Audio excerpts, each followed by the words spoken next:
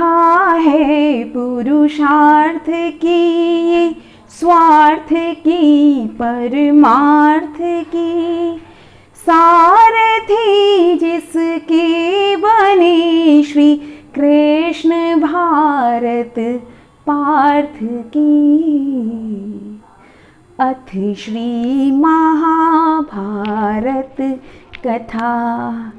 जी हाँ, आज हम महाभारत की कथा, महाभारत के कथा के जो चरित्र हैं उनके बारे में थोड़ा सा क्लासरूम स्टाइल में पढ़ेंगे। टीवी पे सबने देखा होगा, बुक्स में सबने पढ़ा होगा, वीडियो सबने देखे होंगे, लेकिन थोड़ा सा क्लासरूम स्टाइल में कुरुवंश, ये इसमें मैंने वो स्टोरी या वो कैरेक्टर्स लेने की कोशिश की है जो संभवतः महाभारत के जो सीरियल आया था उसमें या तो बहुत ज़्यादा उस पर प्रकाश नहीं डाला, मतलब उसके बारे में ज़्यादा बात नहीं करी गई है और डिटेल में नहीं बताया गया है। तो चलिए शुरू करते हैं without wasting our time. But before starting I would request you please do share and subscribe if you really like the video. कुरुकुल, महान कुरुवंश में, जिसे चंद्रवंश भी कहा जाता है, जैसे भगवान राम जिस कुल में अवतार लिया था, जिस कुल में, उसका नाम था सूर्यवंश, उसी तरह कुरुकुल चंद्रवंशी। कुरुकुल में महाराज शांतनु हुआ करते थे जो हस्तिनापुर के राजा थे। महाराज शांतनु की दो पत्नियां थी। पहली पत्नी थी गंगा, गंगा से उनके पुत्र उत्पन्न हुए भीष्म पितामह, गंगा से उत्पन्न हुए भीष्म पितामह। और दूसरी पत्नी थी सत्यवती। सत्यवती एक बहुत ही इंटरेस्टिंग कैरेक्टर है। ये एक ऐसा चरित्र है जिसके कारण ये संपूर्ण महाभारत का युद्ध, हम कह सकते हैं कि वो एक बहुत बड़ा कारण रही होगी। तो सत्यवती के ऋषि पराशर से पुत्र हुए थे वेद व्यास जी जिन्होंने महाभारत लिखी, जिन्होंने पुराण लिखे, जिन्होंने उपनिषद लिखे। तो वेद व्यास जी किसके पुत्र थे? सत्यवती के पुत्र थे, जो किससे पैदा हुए थे? महर्षि पराशर से। महर्षि पराशर से अब अगर वेद व्यास जी उत्पन्न हुए तो फिर प्रश्न ये उठता है कि उनकी शादी विचित्रवान से कैसे, महाराज शांतनु से कैसे हो गई। ये एक बहुत इंटरेस्टिंग स्टोरी है, इसलिए सत्यवती को हम किसी नेक्स्ट एपिसोड में इस कैरेक्टर के बारे में पूरा डिटेल में जानेंगे। तो अब जानते हैं, जैसे मैंने कहा, गंगा से पुत्र उत्पन्न हुए भीष्म और सत्यवती से उनके हुए चित्रांगद और विचित्रवान, विचित्रवीर्य। चित्रांगद वरिष्ठ पुत्र थे और विचित्रवीर्य कनिष्ठ पुत्र थे। चित्रांगद को जैसा कि हमें पता है कि महाभारत के युद्ध में, महाभारत सीरियल में बताया गया है कि भीष्म पितामह ने, ये सर्वविदित फैक्ट है, भीष्म पितामह ने आजीवन ब्रह्मचर्य का पालन किया था और ब्रह्मचर्य की प्रतिज्ञा ली थी। उन्होंने कहा था मैं कभी विवाह नहीं करूंगा। ये उन्होंने इसलिए किया क्योंकि उनके पिता शांतनु सत्यवती पर आसक्त हो गए थे और सत्यवती के जो पिता थे, सत्यवती के पिता ने एक ही शर्त रखी थी कि यदि राजगद्दी पर मेरी पुत्री से उत्पन्न, यानी कि सत्यवती से उत्पन्न पुत्रों को यदि पुत्र को बैठाया जाएगा तभी मैं अपनी पुत्री का विवाह तो आपसे कराने की सहमति दे सकता हूं। तो राजा शांतनु बहुत व्याकुल हो गए, आकुल हो गए। तब भीष्म ने जब अपने पिता की स्थिति के बारे में जाना तो उन्होंने अपने पिता को, एक पुत्र धर्म का पालन करते हुए अपने पिता को वचन दिया कि मैं आजीवन ब्रह्मचर्य का पालन करूंगा और मैं कभी भी राजगद्दी के लिए दावेदारी नहीं करूंगा, मैं राजा नहीं बनूंगा। और मैं अपनी जो माता है, दूसरी माता सत्यवती, इनके पुत्र जब राज सिंहासन पर बैठेंगे तो मैं उनकी उसी तरीके से उनको मानूंगा कि जैसे आप राजगद्दी पर बैठे हैं, मैं उनकी उसी तरह मेरे संरक्षण में, मेरे सुपरविजन में उनका राजकाज कार्य संभालने में मदद करूंगा। तो हमने देखा कि भीष्म पितामह ने आजीवन कोई विवाह नहीं किया। अब सत्यवती के दो पुत्र हुए, चित्रांगद और विचित्रवीर्य। राजा शांतनु की मृत्यु के पश्चात चित्रांगद, जो कि क्या थे, वरिष्ठ पुत्र थे, उनको राजा बनाया गया। लेकिन इनको गंधर्वों ने पराजित कर दिया किसी युद्ध में, तो इनकी मृत्यु हो गई। इनकी मृत्यु के बाद विचित्रवीर्य क्या बने? हस्तिनापुर के राजा बने। विचित्रवीर्य की कोई संतान नहीं थी और इनकी भी मृत्यु जल्द ही हो गई थी, कम उम्र में इनकी मृत्यु हो गई थी और तब तक इनकी कोई संतान नहीं थी। बट उससे पहले हम इनकी पत्नियों के बारे में जानते हैं। काशी नरेश की 3 पुत्रियां थी, अंबा, अंबिका, अंबालिका। अंबा, अंबिका और अंबालिका का जब स्वयंवर हो रहा था तो उस समय भीष्म पितामह अपनी माता सत्यवती, सौतेली मां सत्यवती के कहने पर अपने भाई विचित्रवीर्य के लिए इन तीनों कन्याओं का हरण करके ले आए, अंबा का, अंबिका का और अंबालिका का।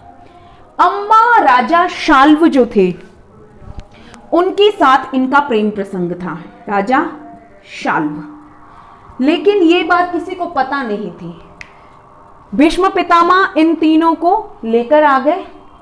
जब वो हस्तिनापुर पहुंचे तो अंबा की ये बात पता चली कि उनका प्रेम प्रसंग है राजा शाल्व के साथ। तो भीष्म पितामह वैसे भी धर्मपरायण थे, तो उन्होंने अंबा को वापस पहुंचाने का निर्णय लिया और अंबिका और अंबालिका इन दोनों बहनों से विचित्रवीर्य का विवाह करा दिया। अब जब विचित्रवीर्य का विवाह अंबिका से हुआ, अभी अंबा की कहानी भी बहुत ज्यादा इंटरेस्टिंग है। किसके पॉइंट ऑफ व्यू से? भीष्म पितामह के पॉइंट ऑफ व्यू से। अंबा की स्टोरी को भी मैं अपने नेक्स्ट एपिसोड में लूंगी। अब यही अंबा अगले जन्म में क्या बनी थी? शिखंडी बनी थी।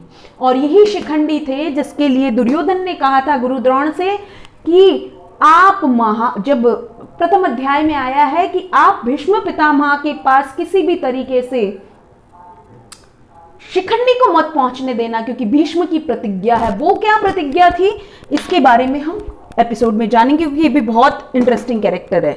अब उसके बाद में हम थे यहाँ पे विचित्रवीर्य की अंबिका और अंबालिका से शादी करवा दी, इसको वापस पहुंचा दिया गया। अब अंबिका से धृतराष्ट्र उत्पन्न हुए, अंबालिका से पांडु। लेकिन कैसे? विचित्रवीर्य की तो निसंतान ही, वो मृत्यु हो गई थी, वो उनकी कोई संतान ही उत्पन्न नहीं हुई थी। फिर धृतराष्ट्र और पांडु कैसे उत्पन्न हुए? तो इसके बारे में कहा जाता है कि जब चित्रांगद की भी मृत्यु हो गई, विचित्रवीर्य की भी मृत्यु हो गई, तब सत्यवती ने भीष्म से कहा कि तुम इन दोनों जो मेरे पुत्र की विधवाएं हैं, इनसे तुम संतान उत्पन्न करो। तब भीष्म पितामह ने कहा कि माता, मैं एक बार प्रतिज्ञा कर चुका हूं कि मैं आजीवन ब्रह्मचर्य का पालन करूंगा, मेरे कोई संतान नहीं होगी और न ही मैं कोई विवाह करूंगा। तब रानी सत्यवती को याद आई वेदव्यास जी की। वेदव्यास जी इनके पुत्र थे और जन्म होते ही वो उन्हें छोड़कर चले गए थे। और वेदव्यास जी ने अपनी माता को ये वचन दिया था कि आपको जब भी जरूरत पड़ेगी माता, मैं आपके सामने उपस्थित हो जाऊंगा और मैं आपकी हर प्रकार से सेवा करूंगा। तब रानी सत्यवती ने वेदव्यास जी को बुलाया और वेदव्यास जी से कहा कि तुम अपनी योग से, योग की शक्ति से और किसी भी प्रकार से इन दो विधवाओं से, इन दो मेरे पुत्र की 2 पत्नियों से संतान उत्पन्न करो। तब वेदव्यास जी ने कहा कि इनको 1 साल तक बहुत कठोर अनुशासन में रहना पड़ेगा, उसके बाद में मैं जब कहूं तब इनको मेरे पास भेज देना। तो अंबिका जब वेदव्यास जी के पास गई तो वेदव्यास जी के तेज और तप इतना तेज था कि वो भय के कारण उसने आंखें बंद कर ली। फिर भी इनके संतानोत्पत्ति हुई। तब वेदव्यास जी ने कहा था कि माता, इसने मेरे डर से आंखें बंद कर ली, तो इसका जो पुत्र होगा वो अंधा पैदा होगा। इसीलिए धृतराष्ट्र क्या हुए थे? अंधे हुए थे। इसका कारण क्या था कि जब वेदव्यास जी के पास अंबिका गई तो डर के मारे, तेज के कारण, तेज और उनका जो इतना प्रभाव था उनकी तपस्या का, उसके कारण आंखें बंद हो गई। उसकी वजह से धृतराष्ट्र क्या हुए? अंधे पैदा हुए। अब पांडु, अंबालिका से उत्पन्न हुआ पांडु। अंबालिका को जब भेजा गया वेदव्यास जी के पास तो वो एकदम आंखें नहीं बंद की उसने, लेकिन वो पीली पड़ गई, निस्तेज हो गई। तब वेदव्यास जी ने कहा कि ये पीली पड़ गई है, निस्तेज हो गई है, फिर भी उन्होंने उसके साथ जो भी सत्संग या सहवास जो किया उससे पांडु उत्पन्न हुए। पांडु, तब भी वेदव्यास जी ने अपनी माता से कहा कि इस कन्या ने, इसने आंखें नहीं बंद की लेकिन ये फिर भी पीली पड़ गई, इसीलिए इसके जो पुत्र होगा वो पुत्र सुंदर होगा, वो पुत्र तेजवान होगा, लेकिन तेजस्वी पुत्र होगा, लेकिन वो अल्पायु होगा। तो इसीलिए पांडु क्या हुए थे? पांडु रोग से पीड़ित थे और क्या थे? अल्पायु थे। अब बात करते हैं कि विदुर जी कैसे उत्पन्न हुए। जब सत्यवती ने जाना कि एक तो अंधा होगा, एक अल्पायु होगा, तो दोनों ही गद्दी पर बैठने योग्य नहीं होंगे, और अब उत्पन्न तो होंगे ही होंगे, क्योंकि उनकी उत्पत्ति का तो वो हो चुका है जो भी होना था। तो उन्होंने कहा था, तब उन्होंने कहा कि मैं अंबालिका को एक बार और आपके पास तुम्हारे पास भेजूंगी। तब अंबालिका अब डर से गई नहीं, और उसने अपनी दासी को भेज दिया, और दासी ने बहुत आराम से, बहुत एकदम इजी तरीके से जो भी क्रिया होती है वो क्रिया उनके साथ की, तो विदुर जी उत्पन्न हुए। तभी तीनों पुत्रों में श्रेष्ठ विदुर जी थे, महान नीतिवान थे, महान धर्मज्ञ थे, ये दासी पुत्र थे, इसीलिए विदुर जी को दासी पुत्र कहा जाता है। अब हम बात करते हैं धृतराष्ट्र की। धृतराष्ट्र की दो पत्नियां थी, गांधारी और सुगधा। गांधारी इनकी पत्नी थी, सुगधा उपपत्नी की उपमा दी गई है, वो एक्चुअली दासी थी। किसकी दासी थी? गांधारी की दासी थी। गांधारी के 100 पुत्र थे, जिसमें दुर्योधन, दुशासन, विकर्ण का नाम प्रमुख आता है, और एक पुत्री थी दुशाला। और सुगधा से उनके एक पुत्र हुआ युयुत्सु। यहां उनका उल्लेख करना इसलिए आवश्यक है क्योंकि युयुत्सु जो कि धृतराष्ट्र के सुगधा नाम की दासी से उत्पन्न हुए थे, और सुगधा कौन थी? वैश्य वर्ण की थी। अब ये जो युयुत्सु थे, इनका उल्लेख करना इसलिए आवश्यक है क्योंकि महाभारत के युद्ध के जब before the onset of Mahabharat war, ये कौरव होते हुए भी, धृतराष्ट्र के पुत्र होते हुए भी किसकी तरफ से लड़े थे? पांडवों की तरफ से लड़े थे। किसकी तरफ से लड़े थे? पांडवों की तरफ से लड़े थे। और जो महाभारत में जिन 11 महारथियों की बात की जाती है, उनमें से एक युयुत्सु थे। युयुत्सु महान धर्मज्ञ थे, युयुत्सु नीति का पालन करने वाले थे, और युयुत्सु ही थे जिन्होंने अपने भाई, सौतेले भाई दुर्योधन ने जब जब षड्यंत्र रचा, कॉन्स्पिरेंसी की, किसके खिलाफ? पांडवों के खिलाफ, तब तब लाक्षागृह वाली हुई और जहर मिलाने वाली जो भी कॉन्स्पिरेंसी षड्यंत्र रचे, उसकी सूचना पांडवों को दी थी। एक चीज का और उल्लेख करना चाहूंगी, दुर्योधन का एक भाई, गांधारी का एक पुत्र जो विकर्ण था,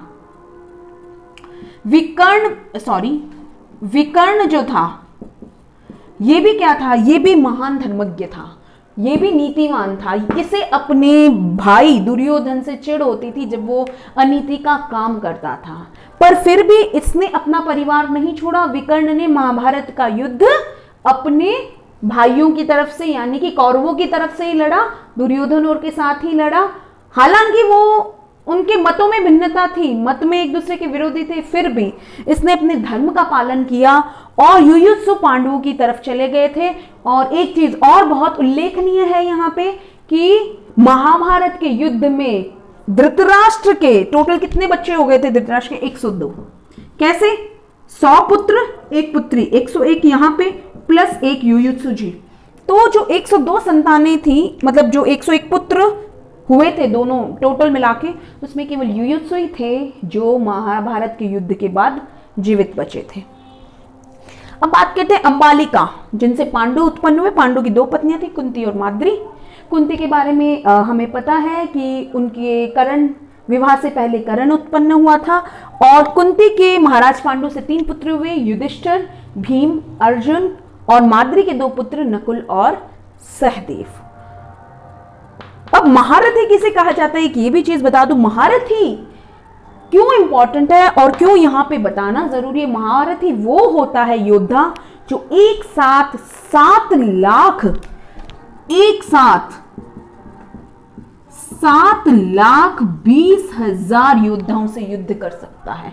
तो जो अध्याय प्रथम का 4, 5 और 6 श्लोक है, उन श्लोक में युयुत्सु का नाम भी आया है, और उनमें बहुत सारे महारथियों का नाम आया। तो महारथी जो होता है जो 7,20,000 जो योद्धा होते हैं उनके साथ अकेला युद्ध लड़ सकता है।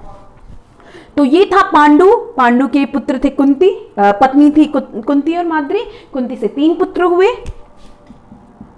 और माद्री से 2 पुत्र हुए। तो आई होप आपको ये वीडियो पसंद आया होगा, और अगर ये पसंद आए तो आप इसको शेयर ज़रूर करें, ज़्यादा से ज़्यादा शेयर करें, ताकि हमारी जो धरोहर है, क्योंकि सीखे हम बीते युगों से, नए युग का करें स्वागत, ताकि हम इन कहानियों से सीख लेकर इस कलयुग में कैसे रहें इसके बारे में थोड़ा सा सीख सकें। Thank you so much. जय श्री कृष्ण।